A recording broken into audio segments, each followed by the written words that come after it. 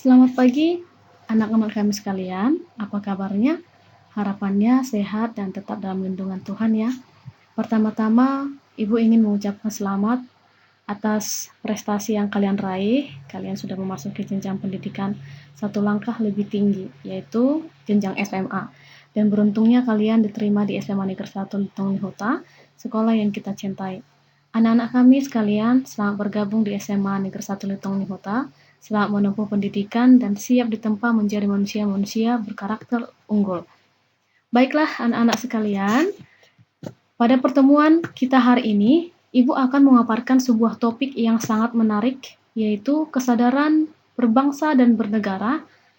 Wah, kalau kita berbicara tentang negara, kira-kira apa yang muncul di benak anak-anak sekalian? Pahlawankah? Mungkinkah presiden atau menteri? Topik ini berbicara tentang sikap dan perilaku seorang warga negara atau siswa ya terhadap negaranya, gitu ya. Kesadaran seorang warga negara terhadap negaranya. Bagaimana dia menyadari bahwa dia adalah warga negara yang memiliki hak dan kewajiban terhadap negara tersebut.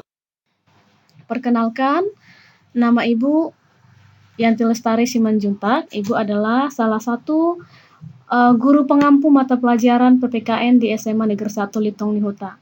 Nanti setelah situasi kembali normal, kita akan bertemu secara langsung, belajar secara langsung, dan berdiskusi secara langsung. Baiklah, sebelum kita mendengarkan pemaparan materi, mari kita dengarkan dulu lagu berikut ini.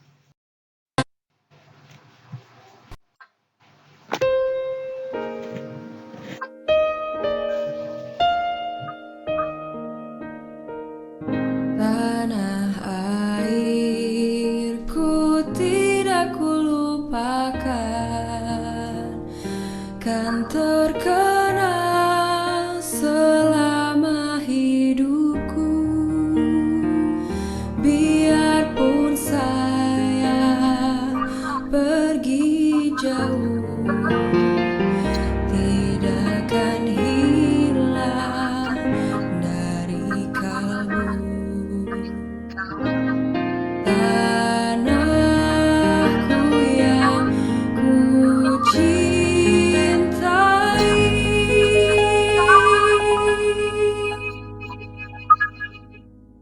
engkau ku hargai.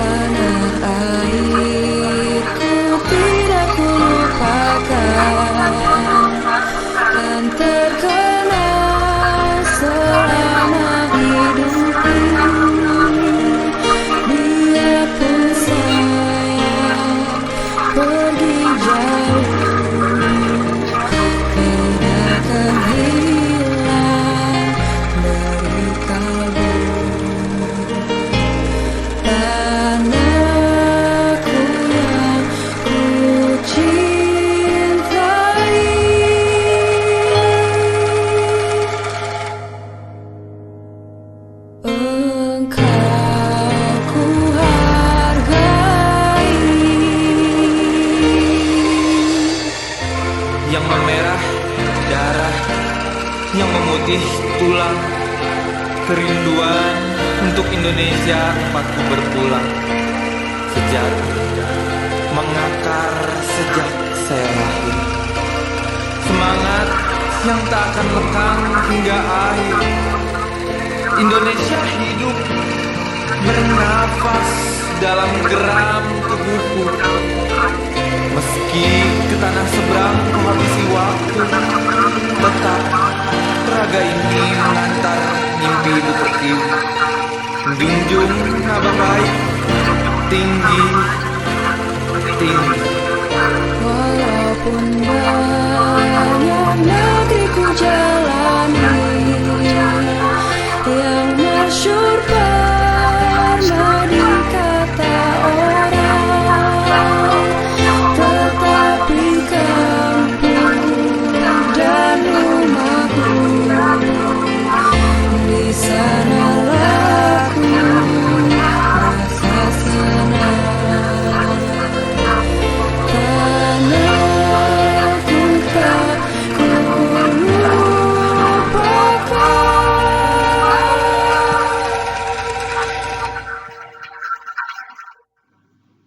Engkau ku banggakan.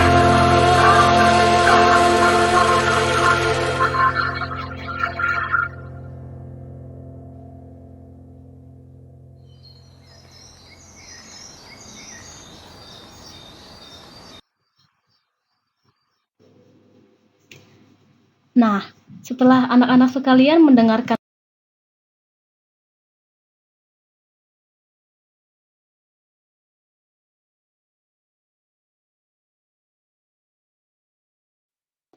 kira-kira apa yang muncul dalam benak kalian? Apakah semakin mencintai Indonesia setelah melihat kekayaan alam yang melimpah ruah? Ataukah ada kesadaran tersendiri di benak kalian untuk menjaga negara yang kita cintai ini? Untuk menumbuhkan kesadaran yang lebih tinggi lagi, mari kita akan membahas beberapa topik. Yang pertama, definisi kesadaran bangsa dan negara. Yang kedua, pentingnya kesadaran berbangsa dan bernegara. Yang ketiga, bagaimana menumbuhkan kesadaran berbangsa.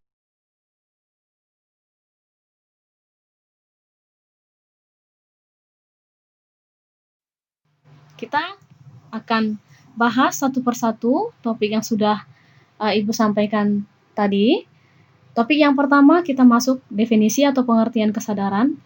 Nah, pengertian kesadaran menurut Kamus Besar Bahasa Indonesia atau KBBI adalah keinsyafan, keadaan mengerti, mawas diri, memiliki kendali terhadap stimulus internal dan eksternal.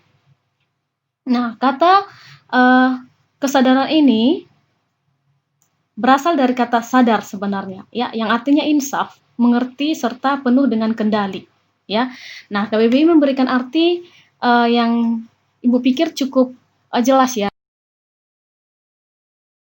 Membahas tentang pengertian dari bangsa dan negara, kan begitu ya. Oke, kira-kira apa yang dimaksud dengan bangsa dan apa yang dimaksud dengan negara, ya. Jadi bangsa dan negara itu dua hal yang berbeda. Perbedaannya di mana? Kalau dia bangsa, itu adalah sekelompok manusia yang memiliki identitas, bahasa, ideologi, budaya, sejarah, tujuan yang sama, ya. Memiliki identitas, bahasa, ideologi, budaya, sejarah, dan tujuan yang sama seperti bangsa Indonesia. Tujuan utama bangsa Indonesia tercantum dalam Undang-Undang Dasar 1945, alinea keempat. Oke, perbedaannya dengan negara, kalau negara itu adalah organisasi, ya, organisasi yang dibentuk, yang memiliki kekuasaan, yang berdaulat, dengan tata pemerintahan yang melaksanakan tata tertib atas orang-orang di daerah tersebut. Jadi, negara ini organisasi yang di dalamnya ada kekuasaan, di dalamnya ada pemimpin, di dalamnya ada pemerintahan, dan di dalamnya ada tata tertib atau aturan.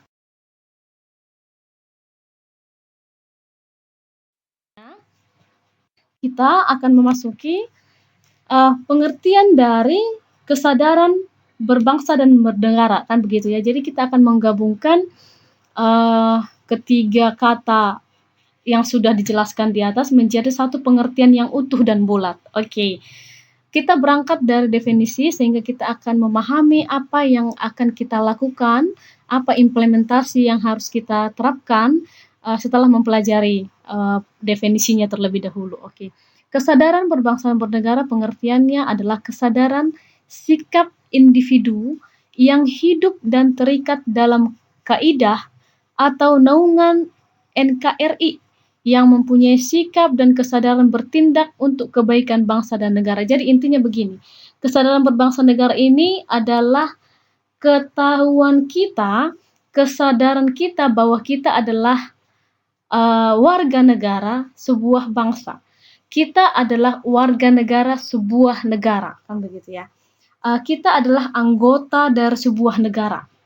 Kita harus sadar itu, sehingga kesadaran ini akan membawa kita ke dalam pemahaman bahwa kita memiliki hak dan kita juga memiliki kewajiban terhadap siapa? Terhadap negara di mana kita tinggal. Begitu kira-kira ya. Jadi harus ada kesadaran itu supaya kita tahu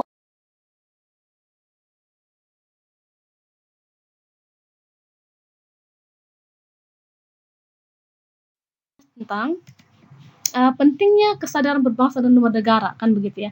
Apakah penting memiliki kesadaran berbangsa dan bernegara? Sangat penting jawabannya ya. Kesadaran ini muncul karena kita adalah warga negara. Warga negara Indonesia tentunya ya. Warga negara memiliki hak dan kewajiban kepada negara. Oke ya. Jadi di sini ada hubungan timbal balik antara warga negara dengan negara. Hubungan timbal baliknya itu terdapat di dalam hak dan kewajiban. Oke. Warga negara memiliki hak dan kewajiban. Oke, demikian juga negara sendiri, organisasi tadi, memiliki hak dan kewajiban. Oke, saya kasih contoh. Salah satu contoh hak yang kita terima dari negara, ya, karena kita adalah anggota negara, adalah mendapat perlindungan hukum. Itu mutlak. Kalau kita warga negara, kita mendapat perlindungan hukum dari negara. Sedangkan contoh kewajiban ya yang kita miliki, maksud saya yang kita harus lakukan karena kita sebagai warga negara adalah melakukan bela negara. Ya, kita wajib melakukan bela negara, menjunjung negara, melindungi negara. Karena negara sudah melindungi kita terlebih dahulu. Kira-kira begitu ya. Oke, nah berdasarkan contoh tersebut, maka sangatlah penting bagi kita memiliki kesadaran bahwa kita dilindungi negara dengan sangat baik, dengan tata tertib dan aturan hukum yang jelas. Dan kita juga tentu memberikan kewajiban kepada negara, ya. Kewajiban kepada negara, yaitu membela negara tersebut, negara Indonesia di mana kita tinggal, dari ancaman, dari hambatan, dari gangguan, dan dari tantangan. Ya, jadi jangan kita merasa bahwa kita adalah warga negara yang hanya tinggal begitu saja di negara ini. Tidak, kita memiliki kewajiban. Ya, kita memiliki kewajiban serta kita memiliki hak, begitu ya. Kita kerjakan dulu kewajiban kita, maka hak akan menyusul. Maka kita memiliki hak, begitu kira-kira ya. Ya, kita lihat apa hubungan ya kesadaran berbangsa dengan patriotisme ya. Kesadaran berbangsa bernegara sangat penting karena mampu menjadikan warga negara menjadi orang-orang yang nasionalis, begitu ya. Menjadi orang-orang yang cinta tanah air, yang rela berkorban demi tanah airnya. Oke, kita lihat dulu hubungan kesadaran berbangsa dengan patriotisme begini. Ini ada 3 lingkaran kecil ya, dan lingkaran pertama isinya kesadaran berbangsa dan bernegara, kemudian nasionalisme dan patriotisme. Ini arah panahnya ke kanannya, artinya apa? Ini adalah komponen yang harus dimiliki oleh warga negara supaya tercipta negara yang utuh. Ya, ceritanya begini. Kesadaran berbangsa dan bernegara itu harus dimiliki oleh warga negara dulu. Ya, kesadaran itu harus dimiliki oleh warga negara dulu. Dia harus sadar bahwa dia adalah warga negara. Ketika kita memiliki kesadaran berbangsa dan bernegara, maka tindakan selanjutnya adalah kita akan memiliki sikap nasionalisme atau cinta tanah air. Kemudian pada selanjutnya, cinta tanah air akan mengarahkan kita kepada sikap rela berkorban demi bangsa dan negara, yaitu patriotisme. Jadi akarnya itu adalah punya kesadaran dulu, ya. Punya kesadaran dulu, saya adalah warga negara Indonesia, maka untuk itu saya harus berjuang untuk negara ini, timbullah rasa cinta. Kemudian rasa cinta ini menimbulkan kembali juga rasa untuk rela berjuang dan berkorban, ya. Nasionalisme sendiri artinya rasa cinta tanah air. Rasa cinta tanah air ini akan membuat kita memiliki jiwa patriotisme atau rela berkorban demi bangsa dan negara. Nah, hubungan ini bertingkat. Pertama memiliki kesadaran dulu, kemudian nasionalisme, kemudian patriotisme. Oke, Ibu akan berikan satu contoh sederhana ya, supaya kita bisa memahami skema dari ketiga lingkaran yang ada di slide. Oke, contohnya begini. Kita semua tentu memiliki keluarga. Nah, kita sadar bahwa keluarga itu sangat berharga. Kenapa? Karena kita dilahirkan dalam keluarga, kita dibesarkan dalam keluarga, dididik dalam keluarga, bahkan diberangkatkan dari keluarga untuk bisa mengecap dunia luar. Penting sekali, maka kita akan mencintai keluarga itu sepenuh hati. Dan ketika kita mencintainya, kita akan rela berkorban mempertahankan keluarga itu tetap utuh, tidak terpecah belah, ya, bahkan tidak berantakan. Kita akan berusaha menghindari konflik antar anggota keluarga, ayah dengan ibu, ayah dengan anak, ibu dengan anak, kakak dengan abang, dan begitu kira-kira ya. Kita akan berusaha menghindari. Karena apa? Karena kita cinta, kita tidak ingin ada perpecahan di dalamnya. Nah, cinta itu akan membuat kita rela berkorban. Rela berkorban dalam lingkungan keluarga, contohnya apa? Misal, kita rela memakai waktu bermain kita untuk membantu orang tua ke ladang, misalnya. Nah, kita rela memakai waktu luang kita untuk membantu orang tua. Itu karena kita cinta, kita rela berjuang, kita rela mengorbankan apapun untuk keluarga tersebut. Karena apa? Karena kita cinta, karena kita sadar kita ada dibesarkan dalam keluarga. Demikian halnya dengan kita terhadap negara ya. Jadi jangan salah, ini harus disamaartikan. Ini tadi contoh itu adalah analogi yang memudahkan kita untuk memahami. Ya, konteks kita sekarang ini adalah hubungan kesadaran kita terhadap negara ya. Kita menyadari bahwa kita tinggal, hidup, dan dilindungi secara hukum oleh negara. Makanya ketika misalnya ada warga negara yang melakukan pelanggaran, ya misalnya melakukan tindakan kriminal, apa yang dilakukan oleh pemerintah atau negara? Akan dikenakan sanksi, hukum yang tegas. Karena apa? Dia telah melanggar kewajibannya. Aturannya kewajibannya adalah menciptakan kedamaian, tapi dia malah menciptakan kerusuhan sehingga dia harus dihukum, ya, dilindungi secara hukum oleh negara. Maka kita harus mencintainya dan berkorban untuk negara kita ini, negara Indonesia ya.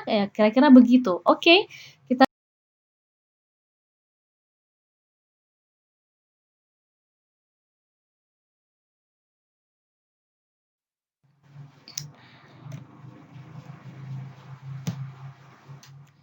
Nah, oke, di slide ini anak-anak kami sekalian, kita akan melihat amanat konstitusi atau peraturan perundang-undangan tentang bela negara, ya, tentang bela negara atau sikap patriotisme rela berkorban. Kita lihat dari yang pertama ya, undang-undang yang mengatur tentang bahwa warga negara Indonesia itu wajib melakukan bela negara, ya, itu kewajiban. Oke, Undang-Undang Nomor 29 Tahun 1954. Ya, ini berbicara tentang pokok-pokok perlawanan rakyat. Ini disahkan pada masa demokrasi parlementer, ya. Dan di dalamnya berisi mengenai kehormatan warga negara dengan turut serta dalam upaya pertahanan negara. Nah, maksud dari pertahanan negara ini adalah membela kemerdekaan negara dan daerahnya. Ya, jadi pada masa demokrasi parlementer pun ini pada masa pemerintahan presiden pertama ya, Pak Soekarno, sudah ada undang-undang yang mengatur tentang membela kemerdekaan negara. Ya, oke, yang kedua itu adalah Undang-Undang Nomor 20 Tahun 1982. Ini berbicara tentang ketentuan pokok pertahanan dan keamanan negara Republik Indonesia. Ya, di dalam undang-undang ini ya nak ya, jelas disebutkan apa itu arti dari pertahanan keamanan negara, bela negara, upaya bela negara, perlawanan rakyat semesta dan lain sebagainya. Undang-undang ini mempertegas pentingnya peran rakyat dalam mempertahankan kedaulatan negara ya. Jadi kan salah satu dari unsur terbentuknya negara itu kan harus ada rakyat ya. Itu unsur utama ya. Harus ada rakyat. Untuk apa? Kan begitu ya. Salah satu kewajiban dari rakyat itu sendiri karena sudah tinggal di dalam sebuah negara ya harus mempertahankan supaya tidak porak-poranda kan begitu ya. Oke, yang ketiga, Undang-Undang Nomor 56 Tahun 1999 berbicara tentang rakyat terlatih ya. Undang-undang ini mengatur secara lengkap mengenai rakyat terlatih yang merupakan unsur dasar dari kekuatan pertahanan keamanan negara yang mampu melaksanakan fungsi ketertiban umum, perlindungan rakyat, keamanan rakyat, dan keamanan negara. Nah, nanti setelah penjelasan dari Ibu ini kalian bisa melihat ya secara jelas apa isi dari undang-undang yang sudah Ibu jelaskan ini ya, terutama Undang-Undang Nomor 1 sampai Nomor 3. Oke, selanjutnya Nomor 4, ketetapan MPR Nomor 7 Tahun 2000 tentang peranan TNI dan Polri ya, tentang peranan TNI dan Polri sebagai garda terdepan atau sebagai komponen utama pertahanan keamanan negara ya. Komponen utama pertahanan keamanan negara dan masyarakat atau rakyat sebagai komponen pendukung. Oke, berarti ada komponen utama, ada komponen pendukung. Jadi jangan merasa bahwa ketika kita sudah berada di sebuah negara ada pihak-pihak yang menjaga NKRI ini yaitu TNI dan Polri, jangan begitu ya. Karena warga negara juga mengambil peran sebagai pendukung ya, pendukung dari komponen utama itu. Siapa komponen utamanya? TNI dan Polri untuk membela dan mempertahankan negara. Oke. Selanjutnya adalah Undang-Undang Dasar NKRI 1945 ya. Pasal 30 ayat 1 sampai ayat 5 serta pasal 27 ayat 3. Oke, kita lihat ya. Pasal 27 ayat 3 dulu ya. Ini duluan yang kita bahas, mengatur mengenai kewajiban warga negara untuk berpartisipasi dalam upaya bela negara itu ya. Berpartisipasi dalam upaya bela negara. Oke, pasal 30 ayat 1 dan ayat 2 ya. Disebutkan bahwa warga negara berhak dan wajib ikut serta dalam usaha pertahanan dan keamanan melalui sistem pertahanan keamanan rakyat semesta. Sishan Kamrata. Oke ya, mungkin kalian sudah pernah dengar itu. Ayat-ayat selanjutnya menjadi dasar bagi peran TNI dan Polri dalam upaya pertahanan keamanan negara. Oke ya, ayat 3, 4 sampai 5. Oke, yang terakhir ya. Yang terakhir tentang aturan perundang-undangan yang mengatur tentang bela negara. Itu adalah Undang-Undang Nomor 3 Tahun 2002 tentang pertahanan negara ya. Undang-undang ini mengatur lebih lanjut mengenai upaya bela negara dalam konteks terdapat ancaman dari luar negeri yang mengancam kemerdekaan Indonesia ya. Aktor utama dalam undang-undang ini adalah TNI ya. Namun tidak lupa warga negara juga dicantumkan dalam undang-undang ini karena ia berhak dan wajib ikut dalam upaya bela negara yang diwujudkan dalam penyelenggaraan pertahanan negara. Jadi ada komponen utama, ada komponen pendukung. Komponen utama pertahanan keamanan negara itu adalah TNI Polri, pendukungnya adalah masyarakat. Mana lebih banyak kira-kira TNI Polri atau masyarakat? Masyarakat tentunya kan begitu ya. Jadi kita punya andil yang sangat besar untuk membela mempertahankan NKRI ini supaya tidak porak-poranda. Ya, apalagi situasi sekarang ini Indonesia, negara kita sedang mengalami situasi yang tidak menentu ya. wabah COVID-19 menjadi ancaman bagi kita. Ancaman di segala aspek, bahkan kita rasakan sekarang, ancaman di aspek pendidikan ya. Kita mendapatkan dampak yang cukup serius. Salah satunya adalah dengan pembelajaran daring ini yang sudah kurang lebih 3 bulan kita lakukan. Ya, waktu yang cukup lama ya. Waktu yang cukup lama itulah dampak yang diakibatkan oleh pandemi ini, dan itu adalah ancaman bagi kita. Namun kita tidak boleh pesimis. Bahkan ketika kita melihat wabah ini adalah ancaman, kita harus mampu melihat peluang di balik ancaman ini ya. Peluang di balik ancaman, ketika kita terancam COVID, maka di situ kita ambil peluang. Peluangnya apa? Misalnya kita semakin kreatif. Yang dulunya kita nggak pernah belajar secara online, atau belum pernah memakai aplikasi-aplikasi online, misalnya aplikasi Moodle atau aplikasi Google Classroom, kita ditantang untuk mempelajarinya sehingga kita tidak ketinggalan. Nah, ternyata di balik dari ancaman ini ada juga peluang ya. Peluang menjadi orang yang kreatif dan mau belajar. Oke, kira-kira begitu ya. Ini adalah Ibu jelaskan, ini adalah amanat konstitusi atau peraturan perundang-undangan tentang bela negara. Ya, ada kurang lebih 6 yang Ibu sampaikan, dan yang paling penting yang perlu kalian lihat di sini adalah di poin nomor 5 ya. Undang-Undang Dasar NKRI 1945 pasal 30 ayat 1 dan sampai 5, dan pasal 27 ayat 3 itu sangat jelas sekali dijelaskan bagaimana warga negara berhak dan wajib untuk upaya bela negara. Oke, itulah penjelasan.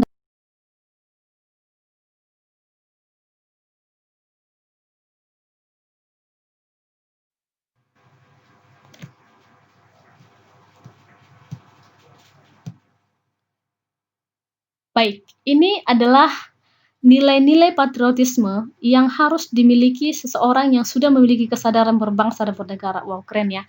Kalau kita sudah punya kesadaran, berarti kita harus punya nilai ini. Ada berapa nilainya? Ada 5 ya. Yang pertama, kesadaran tadi akan membuat kita memiliki rasa cinta tanah air. Betul ya? Yang kedua, kesadaran tadi akan membuat kita rela berkorban.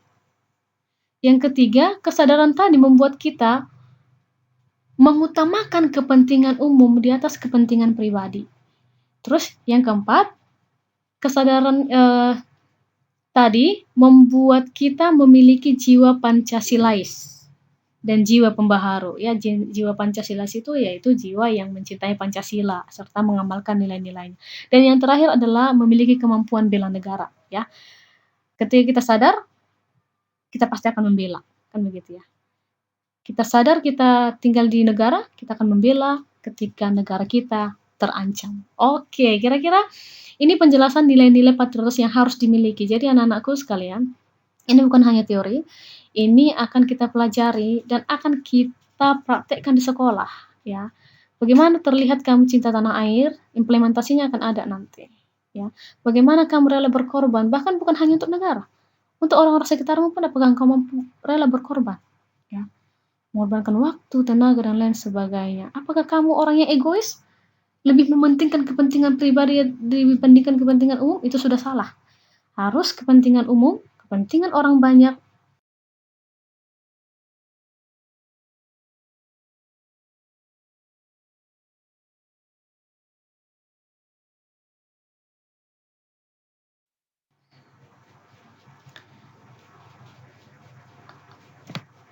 Nah, kira-kira bagaimana ya Bu caranya menumbuhkan kesadaran berbangsa dan bernegara ini? Iya, betul ya. Ini sangat penting sekali. Bagaimana menumbuhkan, kan begitu ya.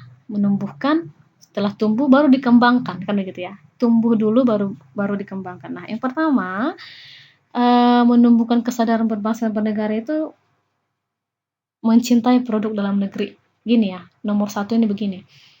Ibu tidak sedang mengatakan bahwa produk dalam negeri itu harus mutlak kita miliki gitu ya. Artinya semua barang kita dari dalam negeri itu, apakah itu menunjukkan kita cinta tanah air? Tidak begitu ya. Jadi bisa juga kita memakai produk-produk dari luar negeri ya yang mendukung kita dalam kegiatan sehari-hari. Tapi mencintai produk dalam negeri ini maksudnya adalah setidaknya kita memiliki barang-barang produksi dalam negeri yang kita pakai. Kalau bisa 70% produk dalam negeri itu kita pakai ya. Nah, itu salah satu contoh menumbuhkan kesadaran berbangsa dan bernegara ya. Bukan berarti tidak bisa memakai barang dari luar negeri, bisa, tapi jangan sampai ketinggalan produk dalam negerinya. Oke, nomor 2, memiliki rasa senasib dan sepenanggungan. Jadi gini, nomor 2 ini harus ada keterbebanan ya, keterbebanan mental dan moral bagi kita bahwa saya dan bangsa Indonesia memiliki nasib dan yang sama.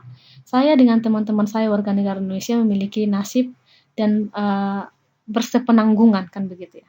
Supaya tidak ada di dalam perjalanan hidup ini merasa lebih hebat. Ya, harus setara dia ya. Serasa, senasib, sepenanggungan ya. Seia sekata begitu kira-kira. Nomor 3, mempelajari sejarah berdirinya bangsa ya. Jadi mungkin kalian pernah mendengarkan bangsa yang besar adalah bangsa yang menghargai sejarahnya. Ini sangat sinkron dengan nomor 3, mempelajari sejarah berdirinya bangsa Indonesia ya. Pelajari bagaimana sih kok bisa Indonesia ini bisa sampai negara yang padat penduduknya dengan kekayaan alam yang sangat melimpah ruah, bagaimana kan bisa merdeka sampai tahun ini begitu ya.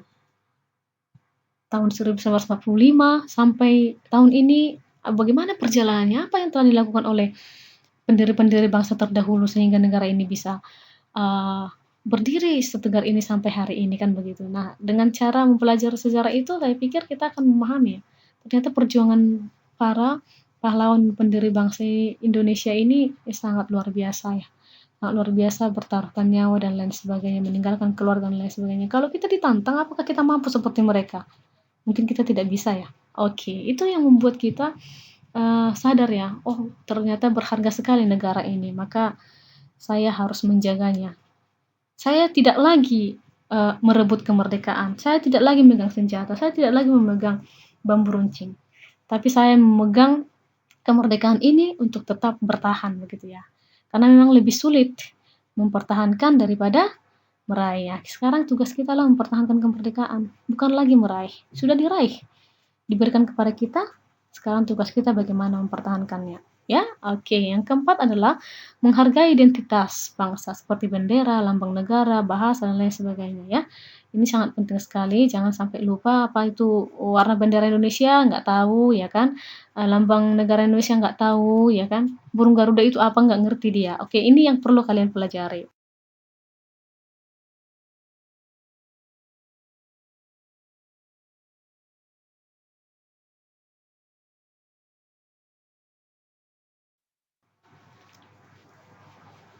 Nah, ini adalah sikap-sikap yang harus dihindari ya. Karena sikap-sikap ini sifatnya negatif. Ini yang harus dihindari oleh seorang warga negara supaya tercipta negara yang utuh, yang kokoh ya. Yang pertama itu adalah sukuisme. Sukuisme ini adalah paham yang menganggap bahwa suku bangsanya lebih baik dibandingkan suku lain. Ya, jangan merasa suku Batak Toba itu lebih bagus, lebih tegas, lebih hebat daripada suku lain, tidak ya. Ini harus dihindari. Hal-hal yang seperti ini harus dihindari. Kedua, chauvinisme ya. Ini paham mengenai cinta tanah air atau bangsa yang berlebihan begini ya. Ibu tadi bilang bahwa mencintai tanah air dan negara itu baik-baik sekali ya, itu memang kewajiban kita ya. Tetapi secara berlebihan itu salah. Jadi sikap yang mencintai negara secara berlebihan ini bisa berakibat fatal ya, yang merasa negara lain lebih rendah sehingga pada akhirnya sifat chauvinisme ini mengakibatkan kefanatikan terhadap negara. Nah, itu perlu dihindari, tidak baik. Jadi porsinya itu harus tepat ya, harus seimbang. Mencintai tanah air jangan terlalu berlebihan ya, karena segala sesuatu yang berlebihan itu tidak baik ya. Oke, yang ketiga adalah ekstremisme. Ini kualitas atau keadaan yang menjadi ekstrim ya. tidak biasa dan di luar biasanya. Ini jadi misalnya waktu sifatnya misalnya baik, tiba-tiba dia ganas seperti seperti singa misalnya, ekstrim, jadi sikapnya ekstrim yang mengakibatkan gangguan di sekitarnya ya. Orang-orang di sekitarnya terganggu, sikapnya ekstrim, perbuatannya ekstrim ya, di luar dari biasanya. Ini bisa bisa mengganggu kenormalan dan kestabilan sistem ya. Oke, yang keempat adalah fanatisme. Fanatisme ini paham atau perilaku yang menunjukkan ketertarikan terhadap sesuatu secara berlebihan ya. Ini biasanya fanatisme ini dihubungkan dengan agama ya, misalnya fanatik agama X, fanatik agama terhadap agama Y, begitu kira-kira ya. Jadi berlebihan mencintai agamanya itu juga tidak baik, karena tadi sudah Ibu bilang bahwa segala sesuatu yang berlebihan itu tidak baik. Inilah sikap-sikap yang harus dihindari dari setiap kita untuk mencapai Indonesia yang rukun, aman, tentram, teguh.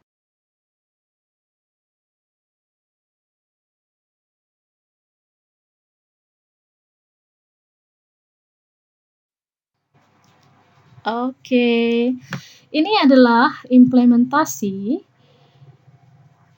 kesadaran berbangsa dan bernegara. Nah, kita lihat dulu ya, implementasi itu apa sih? Implementasi itu artinya penerapannya atau pelaksanaannya. Jadi, ketika kita sudah sadar, maka kita akan melakukan, begitu ya.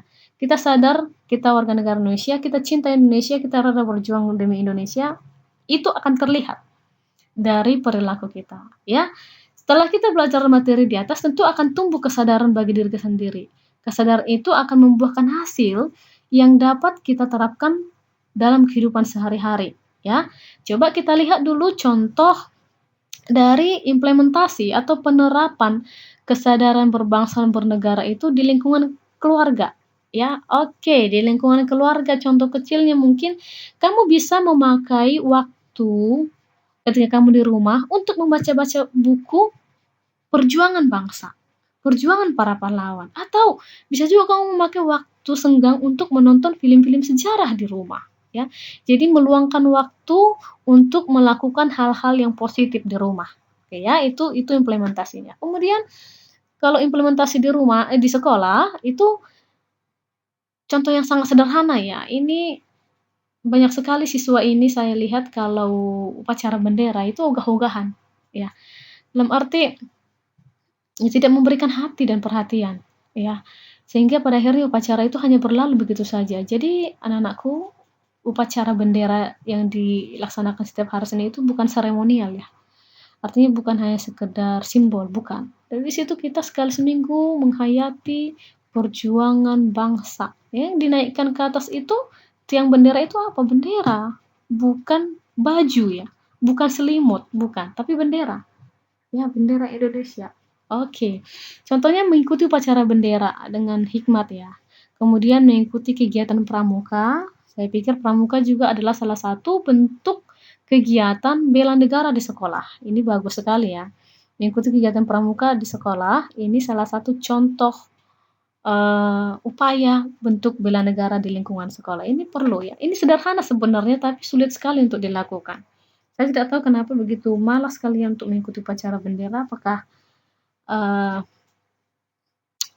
kepanasan atau apa dan lain sebagainya ya. Tapi yang pasti kalau kita sudah memiliki kesadaran berbangsa, kita pasti akan mengikuti upacara bendera dengan baik. Ya, kita akan menghayati bagaimana ketika pahlawan berjuang mempertahankan Indonesia ini, berjuang merebut Indonesia ini, kan begitu ya.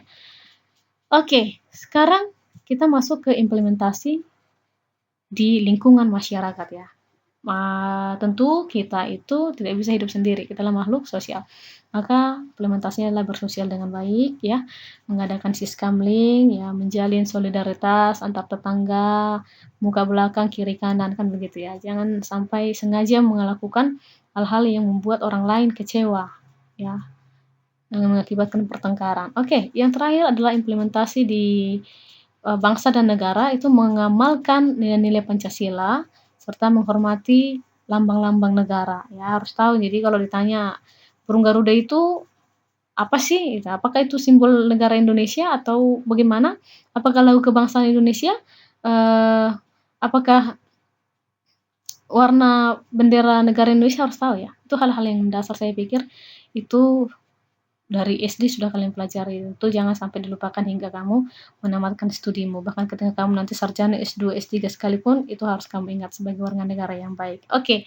Nah, anak-anak kami sekalian, sebagai penutup, Ibu akan menyampaikan begini.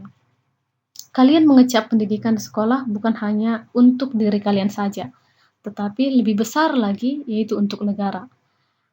Kalian adalah generasi emas bangsa ini, generasi yang mahal, berharga, yang siap mengangkat derajat bangsa lebih tinggi lagi di mata dunia melalui prestasi akademik dan akhlak mulia.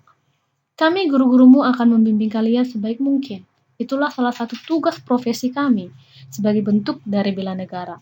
Dan kalian menerima ilmu dengan baik sehingga bisa memancarkan ilmu tersebut ke kancah global untuk mengharumkan nama bangsa, nama negara, nama sekolah, nama masyarakat, dan nama keluarga kalian. Akhirnya anak-anak kami sekalian, milikilah kesadaran berbangsa dan bernegara yang baik demi terciptanya harmoni kehidupan yang serasi, selaras, seimbang, serta martabat negara yang semakin melambung tinggi. Saya, kamu, kita adalah Indonesia. Sekian paparan dari Ibu. Terima kasih dan selamat pagi.